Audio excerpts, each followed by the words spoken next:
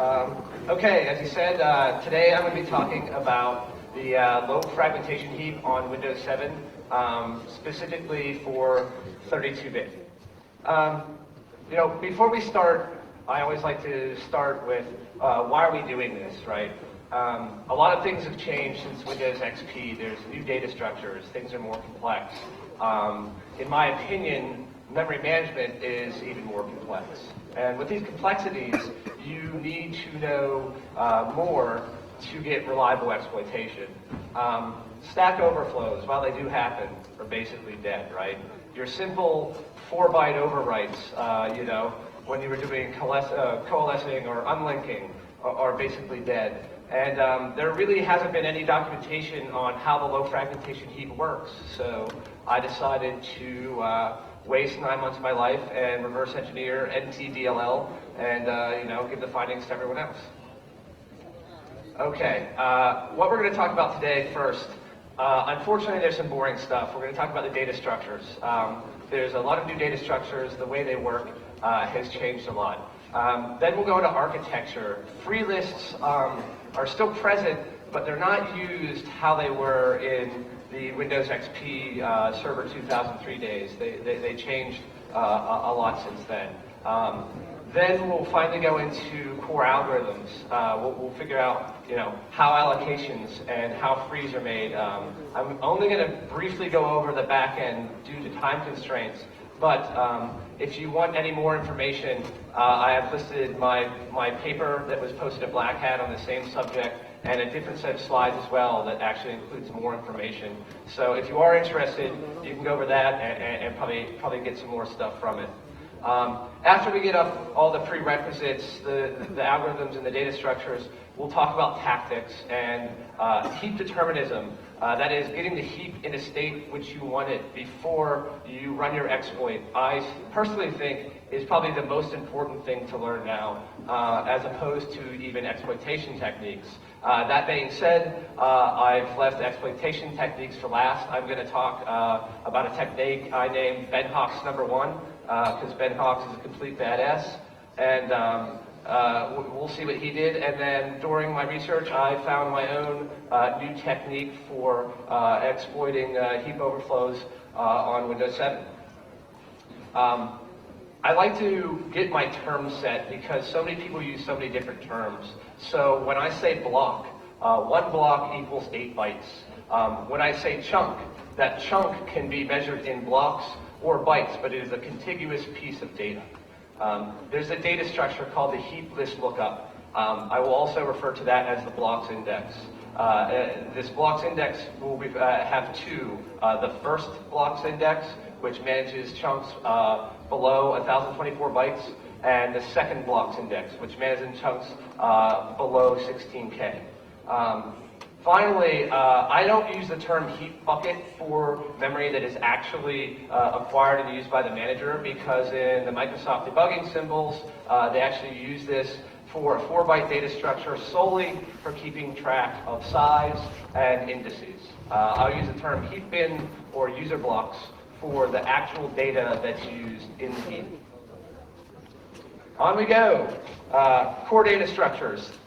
Heap, or the heap base, is the first data structure you have to talk about. It's the heart of every heap that's created within Windows. It's a very large data structure, but I've listed the new entries that were introduced to it in Windows Vista and Windows 7. There's a thing called the encode flag mask. This is set when the heap is created. It is set to a specific value, and it's tested against addresses. And if it returns logically true, that means the chunk was encoded, which we'll talk about later. If it returns false, it assumes the chunk is not encoded. The encoding is a randomly, I guess I should say pseudo-randomly generated value, again, when the heap is created, and it's used in that encoding sequence when encoding heap chunks. You have the blocks index, which we'll talk about next, and then a pointer to the free lists. And this isn't 128 free lists like you had before. This is kind of a pointer to this first chunk in this overall list of free chunks in the heap. And I have a diagram, and hopefully that'll clear things up later. And obviously it's going to have a pointer to the front end heap, which is the low fragmentation heap. There is no more look-aside list in Windows 7 as there was in Windows XP. Now we have the blocks index, or the heap list lookup structure. This structure is used for tracking free chunks, and it's also a linked list structure. There's multiple ones. As I said before, they kind of are used to measure different sizes, and that array size will tell you in blocks, not bytes, the sizes of chunks that it's going to maintain. That being said, you also have things called list hints, and these list hints are very much like how free lists work, right? You have a list hint for a certain size, and it will point into this overall free list structure. And just like Windows XP, there's the listed use long bitmap. This is an optimization to determine what list hints actually have chunks associated with them. But now, since there is multiple heap list lookup structures or blocks index structures, you can't have a single bitmap in the heap. You're going to have a bitmap basically for every single one of these list lookup structures. Obviously, there is the low fragmentation heap data structure, and you can probably guess this manages data for the low fragmentation heap. Although there is only an array of 128 heap bucket structures, there is an algorithm to figure out what sizes, as the low fragmentation heap can manage chunks below 16K bytes. So there's an algorithm used to figure out what bucket is populated. And this brings us to the heap local data. The sole purpose of this heap local data structure is to hold heap local segment info structures. Again, there's 128. There's an algorithm used to figure out which local segment info structure can be used when requesting certain sizes. The local segment info structure, it holds pointers to two other key data structures. There's a hint and an active subsegment. And these heap subsegments here are actually used to track data. So there's a very parental aspect of all these data structures. And I don't know if you can see it, but they kind of each have a pointer back to its parent. So each individual data structure knows what parent it came from. And I made an awful diagram in Visio that'll be in the next slide, and it should kind of show you how they're all related. These heap subsegments, they contain two things: a pointer to the user blocks. This user blocks is preceded by this user data header. This user blocks, this is actual committed memory that will be used by the low fragmentation heap. This isn't just another data structure to keep track of sizes. This is committed data that we used when freeing and allocating memory. The way it keeps track of these user blocks now is done with this interlocked sequence structure, or the aggregate exchange. It does two things. It keeps track of depth, and depth just says how many chunks of a certain size does my user blocks have, right? It's just a counter, basically.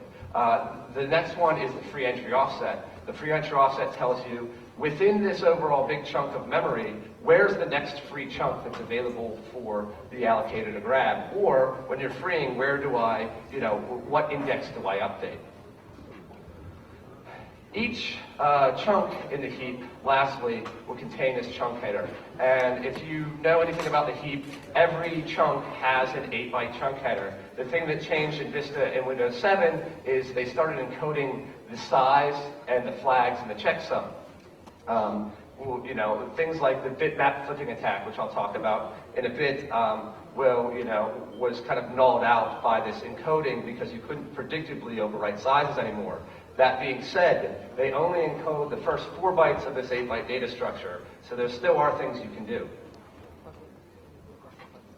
This is kind of an overview of how all these things are related, right? You have this heap, and this heap contains multiple heap list lookups, and the low fragmentation heap has a heap local data, which has segments, which have subsegments, and those subsegments are used for actual allocation. Hopefully this kind of gives you an aspect of, like I said, this is a very parental structure for deciding how to allocate free memory. On to the architecture section. Back in the day, you had 128 free lists, right? And you also had a special free list 0, which kept track of chunks that were greater than 1,024 bytes. It was pretty easy. The lists were terminated with pointers to themselves. So it was a doubly linked list, and if the list was empty, it pointed back to itself. This was, again, it could be used to leverage code execution, because if you could overwrite these pointers, tricking a list into thinking it was populated when it was not, you could overwrite address, which was on the heap base, which contained a lot of pointers, specifically a function pointer, the commit routine, and if you overwrote that, tried to commit more memory, you had code execution. That's kind of changed. The dedicated free list have gone away. Now you have the list hints for certain sizes, but instead of terminating when they're out of that certain size, it points to the next biggest chunk in the overall free list. And that, with that being said, it now works differently. There's not termination for a specific list. It just goes to the next biggest. And finally, the last biggest chunk in the free list now points back to the free list pointer in the heap base. With that being said, the forward link and back link in these blocks index list hint also are used as a dual purpose, right? The backlink on the blocks index list hint sentinel nodes will actually be used for two things. One is a counter, and when this counter is exceeded, the low fragmentation heap will actually start being used for that specific size. If a low fragmentation heap is enabled for that specific size, it will actually contain a pointer to a heap bucket structure. You have to actually enable the low fragmentation heap for specific sizes. Now, while it may be enabled by default as you read in documentation, you have to make multiple allocations to actually get it enabled. It kind of looks like this. This is a very simple heap with only 5 chunks in its free list, right? And as you see, you have your heap data structure, right? And then you have blocks index, and that blocks index has 3 chunks for free list hex 6. That's 30 hex bytes, right? And the first 3 chunks are pointed to there. But instead, when the last chunk for 6 blocks is done, it doesn't point back here. It actually points to the next largest chunk, which is a chunk for 38 hex bytes. And again, that only contains 1 chunk. When it's terminated, it's not pointing back. It goes to the next largest chunk. The larger chunk is at the bottom. It is the last chunk in the list, which it does point right back here to the free list again. And as you can see, I'm sorry it's kind of small, but the backlink in some of these, you'll see I have counter listed. That counts how many times it is allocated for that size. Now, if you look at free list for hex 40 bytes, you'll see that the forward link is null, and the backlink actually contains an address. That's an address to a heap bucket structure, and that just denotes, for that size, use a low fragmentation heap. I like to think of this as a circular organization of chunk headers or a cock. And these cocks are much like highway systems, right? Where you don't want to start at the very beginning. You want that list hint to point you to the nearest tributary by you. There may be a situation where you need to start at the beginning and look, but you would much rather get on the nearest tributary to where you're going instead of starting at the beginning. So hopefully the diagram and my devised acronym will help people understand how these new free lists work as opposed to the old ones. On to allocation. Allocation obviously is going to be covered first because you can't free memory unless you allocate it. Allocation, first thing it's going to do is it's going to round whatever size you pass it to the nearest 8-byte value. Even if you pass null, 0, to the user land memory manager for the Windows heap, you will get 8 bytes back. So once it figures out this nice round number, it's going to start traversing those blocks index structures.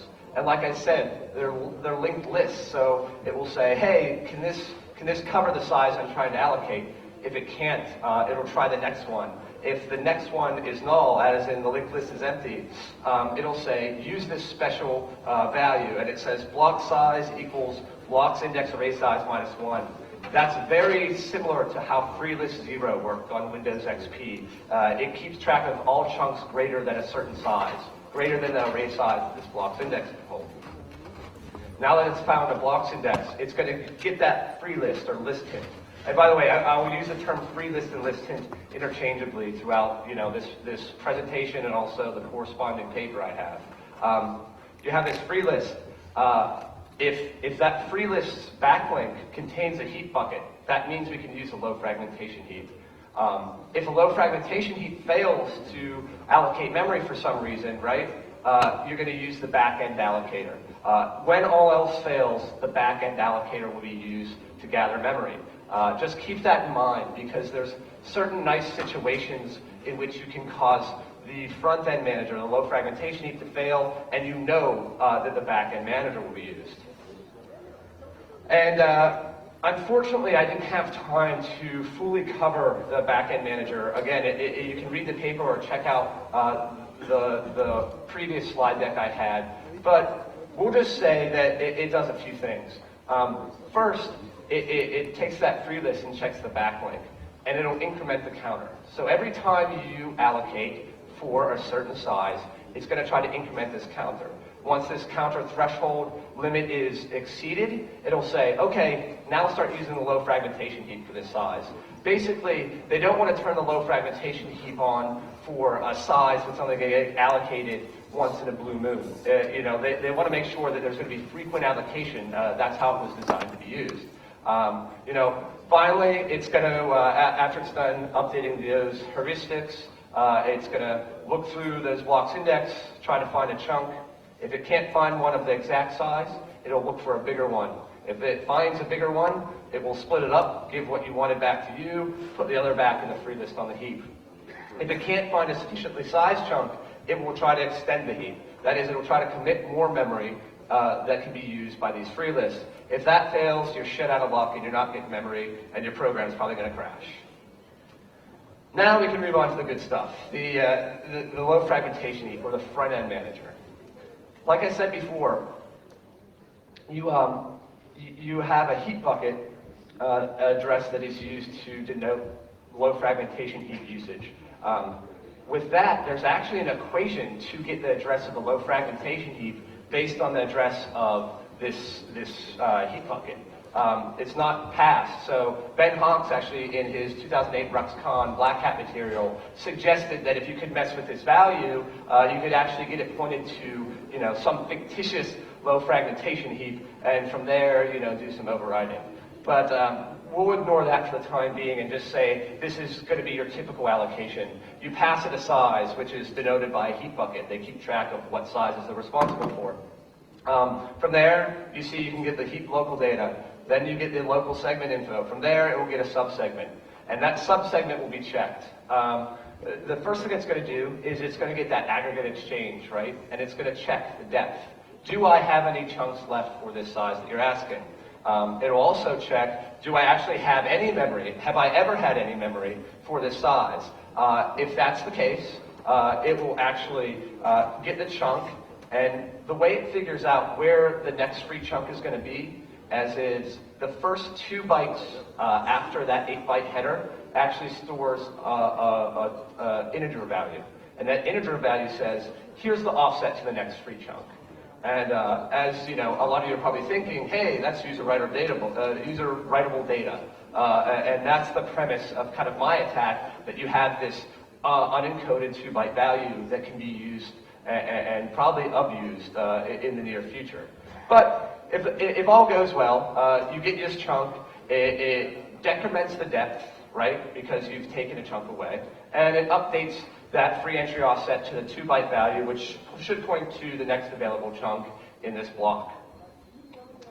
If that doesn't work, you're going to need to allocate more memory for the low fragmentation heap, and it does this by the back end.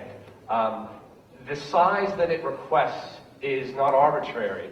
It's actually a kind of complicated formula based on size. So it's saying, if I want 30 bytes, do this mathematical formula, round it to the nearest page and line size. So, the 4096 byte page on 32-bit systems round it to that size, and then allocate it from the back end. This is the memory that will be used for that user blocks structure that I was talking about. But just because you have the memory doesn't actually mean you can start using it. It needs to be coupled with a heap subsegment. That subsegment is either acquired from a previously deleted one, or it's taken from a pool of data. And if you read the paper, again, since we didn't have enough time, you'll see an observation section. And there's a very neat thing that you can do if you can corrupt this pool of data that's used for heap subsegments. But now you have a subsegment and you have a bunch of data that you allocated. You need to couple it together, and you need to break the big chunk of data into little smaller chunks. And this is done in the initialization. Again, it looks complicated, but all it really does is figure out how big of a chunk of memory you allocated. And then it figures what size did you request. And every size that you requested, so we'll say, for example, 30 bytes. If you request 30 bytes and it just creates this, every 30 bytes it will write a new 8-byte chunk header. So the memory isn't actually split up. All this memory is contiguous and adjacent to each other. It just breaks them up by writing chunk headers, every so often. Two neat things. For the interlock sequence, the original offset is set to 2, because that offset is measured in blocks. That means 16 bytes is the size of that user data header. That's before the actual data to be used. That's why the offset's set to that. The other neat thing to know is the last chunk in this in the user blocks, its 2-byte offset is set to -1. So if you see a chunk that has the first 2 bytes is FFFF, that means it's the last chunk in the list. Okay, here's the example I came up with. We'll say this is a fresh user blocks for size 30 hex bytes. You see that you have an offset of 2 for the first chunk, and then you have a depth. And I like to think of this as a big Sicilian pizza that's cut into squares. So say Nico comes over to your house and takes a piece of pizza, right? He takes one off. You see that the depth has been decremented by 1, and then the free entry offset has been updated to what was previously in there, and it was 8. Again, that being said, Nico wants another slice of pizza. He will take another slice, this time at offset 8. Its next offset is the value E, and he takes that. The depth, again, decremented, the free entry offset is updated. This is a pretty simple example, obviously, with a fresh user blocks, but it kind of shows you how each chunk is used, and it doesn't actually go away, obviously, but offsets and values are just updated. So try to remember the state that we're in here, because when I'm doing the freeing algorithms, we'll continue there. Now, when you want to free chunks, you've allocated this memory, whether the front end or the back end did it, you want to free it. It will check if it's null. If you pass it null, it will return 0 to you. If it's not 8-byte aligned, it will also log an error and return. So you can't pass non-8-byte aligned memory addresses to be freed. It will just, return error. Here's the neat part. So it checks that chunk header. So that 8 bytes that's before every heap chunk, it's going to check a value, and it's going to check the unused bytes value, which is at offset 7. Again, if it can be bitwise ANDed with hex 80, that means it was acquired from the low fragmentation heap. Otherwise, it uses the backend manager. The neat thing about this is unencoded data.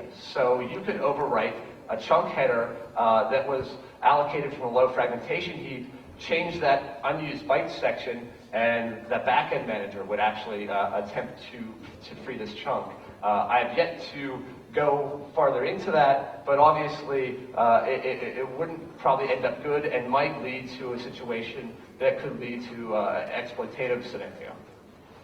Again, just a slight overview. It's going to get that chunk, right? And if the backlink doesn't contain a heap bucket, it's going to decrement this value by 1, that counter. Again, that means to actually enable the low fragmentation heap for a certain size, you can't do alloc free, alloc free. You need consecutive allocations so this counter will actually exceed the threshold. After that, it will coalesce the chunks above it and below it. Obviously, this prevents fragmentation, as does the low fragmentation heap, which was specifically designed to do. From there, it will safely link in this new chunk. And I'll talk about safe linking because it's kind of a direct response to Brett Moore's exploiting free list 0 on Windows XP Service Pack 2. Front-end freeing. It does a lot of the same things that the front-end allocator does. It's going to check this chunk header. And if the unused bytes are set to this certain size, well then it actually subtracts a value to get a new location of the chunk header. And this is kind of the premise to Ben Hock's exploitation technique that he came up with, and we'll talk about that in a bit. From there, it sets some flags, it gets the proper subsegment. Again, just like how the low fragmentation heap was acquired through allocation, this subsegment is not passed as an argument. It's actually calculated by doing some mathematical operations. By getting the current offset, which is in the aggregate exchange, and storing in the first 2 bytes of the chunk that you just freed. I've left out a lot of data because there's all these corner cases which happen, but just generally think of when you're freeing a chunk in the low fragmentation heap, an offset is updated, and a counter is either incremented if you're freeing a chunk or decremented if you're allocating a chunk. We'll go back to this example of Nico eating your pizza. He's just taken another chunk, so we see the depth has been decremented, and the free entry offset is 14, and the chunk in the far right corner. Well, now if he frees this other chunk back, the first one he's grabbed, you see that the free entry offset is now 2 because he freed that first chunk at that offset. The depth is incremented by 1. The neat thing about this, right, is the biggest problem that a lot of people had when writing exploits for XP and XP2 was coalescing of data. If you freed a chunk and there was another free chunk by it, they would be combined. And you sometimes couldn't rely on what the size would be after they were combined. With the low fragmentation heap, since all these chunks are the same size, you know when you put it back almost where it's going to be, and you certainly know what size it's going to be. Before the next offset in this one was 8. Now it's 14 hex. Nico frees, puts another piece of pizza back in the box. The next offset is 2 because that was the next one, the one previously freed. The depth is again incremented. This works very much like a stack, right? It's the last in, first out nature. You free a chunk, it puts on, you take one off, it takes the first one that it put back. And that's nice to know when you're kind of doing some exploitation attacks where you want to get the same piece of memory back multiple times. But before we talk about that, we'll go into the new security mechanisms. The first one I like to talk about is heap randomization. Everyone's kind of familiar with this, right? It adds a certain random pad value to the heap, so the heap address isn't the same on every run of this certain program. This works, relatively well, but there's a few things to think about. There's only 5 bits of entropy. That's because there's 64K a line. So that means brute forcing, guessing the address of a heap is improbable, but it's certainly not impossible. And if you have multiple attempts at guessing these addresses, it gets downright guessable. The only neat thing that I realized when I was doing this was if you could influence heap create, one of the parameters of heap create, which is the maximum size of the heap, if that value plus that random pad integer wraps, that it ends up being greater than a 32-bit integer, it sets the random pad to 0. And when the random pad's set to 0, there's actually no more randomization. Unfortunately, it's hard to influence parameters to heap create, at least I haven't seen any real-world applications where you can, just-in-time compilers and things like that might be able to do it, but I just haven't seen any. The second thing is passing a very large value to NT allocate virtual memory usually will return in an error. And this error is going to, make this call fail, and the call to basically heap create will fail. I'm not saying it's impossible, but it's definitely wouldn't be easy to do. We talked about chunk header encoding. Those first 4 bytes are encoded, so you can't easily guess the size of a chunk or its flags or figure out its checksum without having an address link. You need to know an address to figure out how it was encoded, be it that it's based off address. Now that kind of sucks, and that basically killed bitmap flipping and some other techniques as well. But there were things that I did notice. That encode flag mask value, it's set when you call heap create. It's set to a specific value. But you see in these checks here that if encode flag mask is null, it just assumes chunks are not encoded. Well, if you could somehow figure out how to null out this value, you could therefore go about creating and manipulating heap chunks without having to worry about encoding. The sorry thing again about that is if you can make that happen, most likely the heap's going to be in a very unstable state because there will be chunks that were encoded at one point and now the sizes won't match up. Most likely you're going to get an exception somewhere. The other thing to note is obviously, you can also overwrite those first 4 bytes, right? The ones that are encoded, because there's a check in the decoding. Does the header and the edit bitwise ends it with encode flag mask. If that fails, it assumes the chunk is unencoded. The nice thing about this is you only need to really do it with chunks that are already on the free list, because otherwise in allocation and deallocation it would fail. The other is you semi-control this value. Now it can't be exactly what you want because it has to fail this logical check, but you do control the size, the checksum, and the flags. And this may be a good way to set up a barrier, so you don't get allocations past a certain chunk, amongst a few other things. And obviously, lastly, the thing I talked about, attack those last 4 bytes that aren't encoded. We can trick a chunk into thinking it was allocated from the back end when it was actually from the front end, and vice versa. So those are things that you can go about attacking even with all these security mechanisms.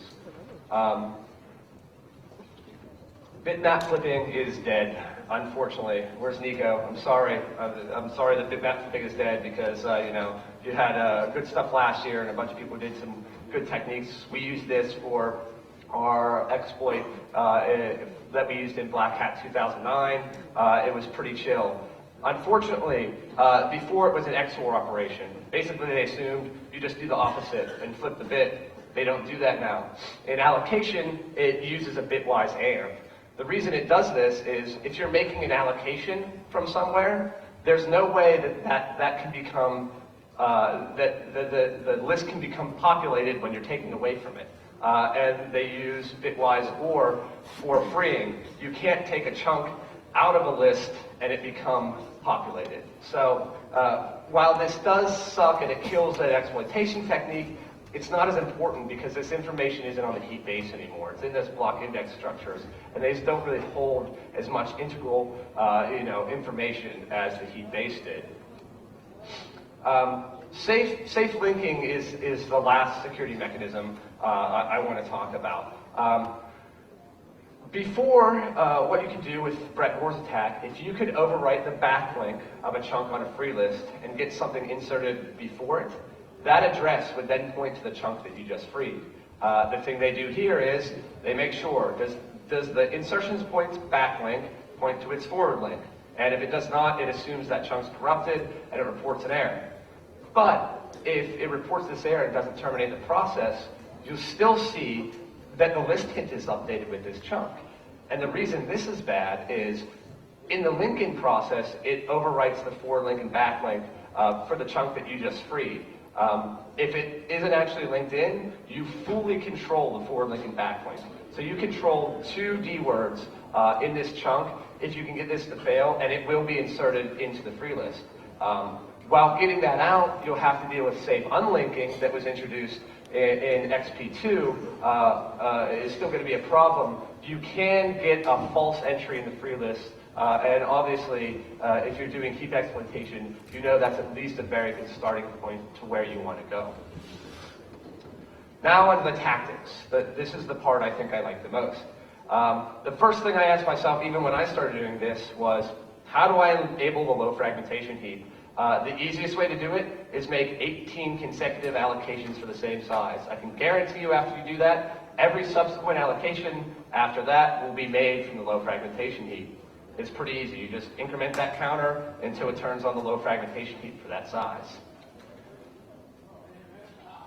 The problem with this is, if you attach a debugger and like a Muni debugger, I wrote a plugin for it called Horse, and it'll show you what sizes are being used by the low fragmentation heap.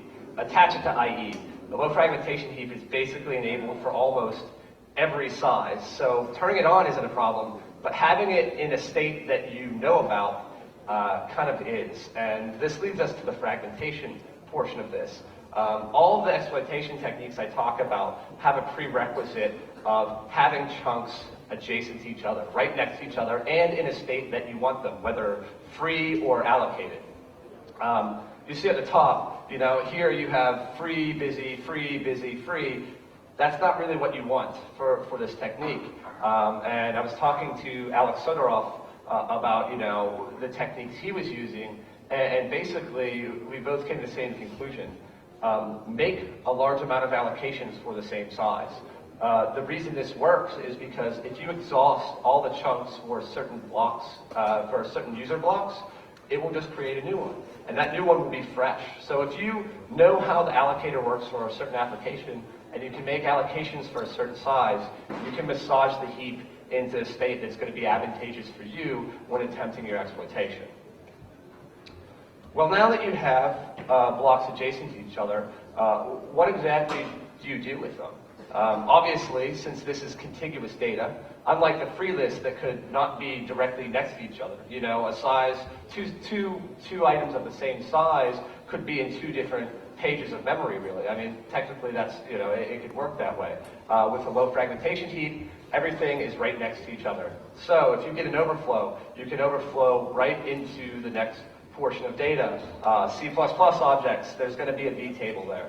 One technique I really liked was, I'm going to butcher his name again, Peter Vuchtenhild, the technique he used in the Pwn-to-Own competition, where he wrote into an adjacent chunk, but overwrote a null terminator.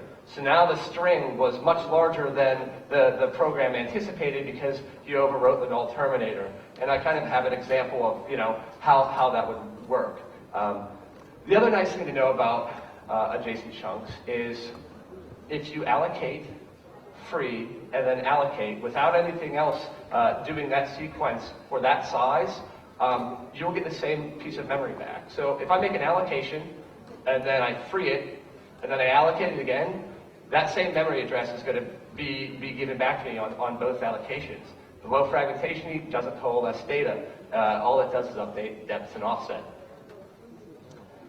Well, you know, so you have adjacent data. Say you can't even overflow into a chunk. What other good is this going to do you? I think use after frees are probably the best example ever. The data isn't zeroed out every time a chunk is used in the low fragmentation heap. So what can you do? Make a ton of allocations, write data that you want there. Free all those chunks, the data is still there. From there, if you can, you know, have a use after free situation, your still data is still going to be there. In this example, I make 4 allocations, I write data to it, I free all 4 allocations, and then I make 4 more allocations. If you see, only 2 bytes have changed each one. The reason is, those are the 2 bytes that are used for the next entry offset. Other than that, all your data is still intact. Okay, on to the real fun stuff, the exploitation. Remember when we were freeing and I talked about the way Ben Hawks decided that, hey, if you can change this certain value, it's going to update the chunk header to a different location. It's actually going to subtract, get the byte offset by 8 times that other value in the header that you also can overwrite that is unencrypted, or unencoded, sorry. Well, what good does that actually do you? The best thing you can do is free a piece of memory that's already in use. Be it with the first in, last in, first out way of low fragmentation heap, like a stack. If you free that memory and then acquire it, you know where it's going to be. So I think the best example I came up with was allocating 3 objects. Maybe that first object is a C++ object. Well, if you can subsequently overwrite into one of the other chunks that you've allocated from there and change that value to point to that C++ object and free it, that C++ object is still in use. But you can overwrite the data. And what's the first 4 bytes of most C++ objects that do virtual functions? A B table. Overwrite that B table, call a function. There you go, you have code execution. Again, in my paper, there's actually a contrived example that you can compile and run, and it'll kind of show you how this would actually work. Now on to the exploitation mechanism that I came up with. But before we talk about it, I want to explain how the exception handling is done in the low fragmentation heap, especially in the allocator. What it does is it basically wraps everything in a try-catch block, all of it. What good does this do you? Remember when I talked about guessing addresses, and if you could guess them without any consequence of crashing the application, you could probably guess the address of heap base for one of the heaps in use in an application? This is your perfect candidate. With my technique and guessing, if you hit an address that isn't mapped in memory or is invalid, you'll get an exception. But that exception is handled and 0 is returned. And when a 0 is returned from this function, the memory manager just says, oh, the low fragmentation heap failed, I'll just use the backend. So the worst case scenario is you still get your memory, but you get more tries at guessing more addresses. So I think that was neat, and John McDonald and I also kind of pointed that out in our last year's talk about XP exploitation. The look-aside list did the same thing. It wrapped everything in a try-catch-all.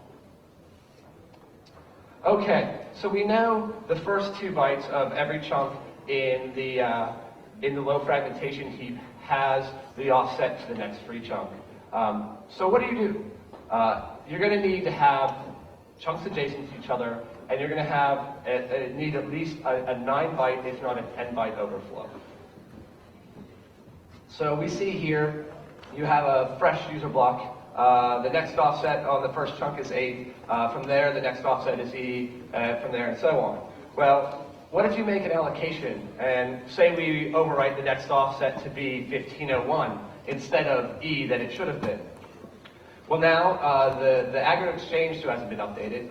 You make another allocation for the same size. Now the free entry offset, which should point to E at this point, actually has the offset of 1501. This is bad. For this one, it would probably write off the page of memory, and you would get an access violation for accessing uncommitted memory. What can you do from here?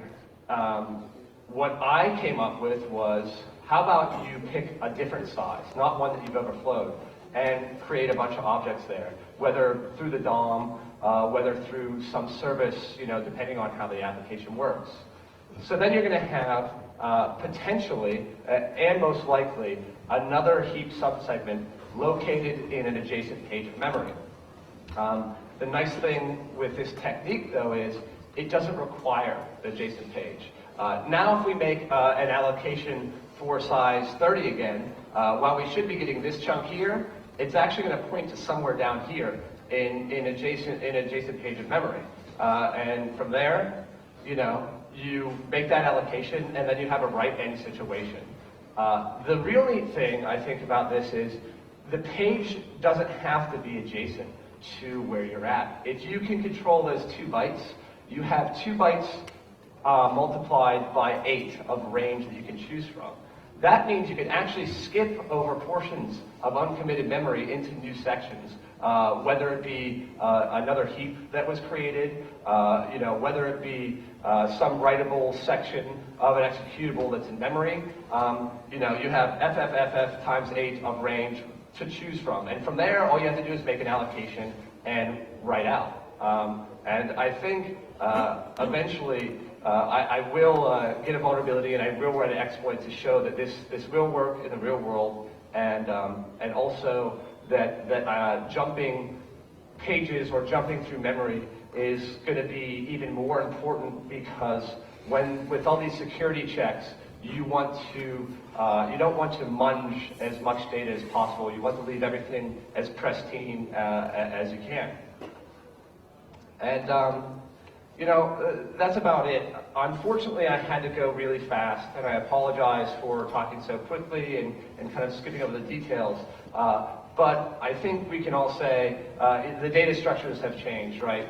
The free lists have changed. There are a lot of security mechanisms that were in place, but now even with all these security mechanisms, exploitation is not impossible. It just got harder. And just because it's harder doesn't mean it's impossible. And I think there's a lot of developers that assume that there's these security mechanisms in ASLR that they don't have to write secure code. It's obviously not the case. We're always going to figure out ways to, make exploits work. And what other work can we do? First of all, here's the links to my paper, which is a wonderful 86 pages of boring reading material, if you're really into it. And then I have my other set of slides that are kind of more in depth and detailed. But I want to see people writing Windows 7's heap exploits, reliable heap exploits. I want to see people, pick on the unencoded information. Unfortunately, with time constraints for all this stuff and getting it ready for Black Hat and Ekoparty, I didn't have time to investigate everything. There's still a lot of material that people can look into to figure out ways to take advantage of the heap manager. Be it that there's always, if they keep putting metadata along with user data, there's going to be ways to abuse it, and it's just going to take time and documentation to get reliable exploitation. So that's it. If anyone has any questions, you can ask, or we can grab a beer and we can talk or whatever. So thank you very much for being here.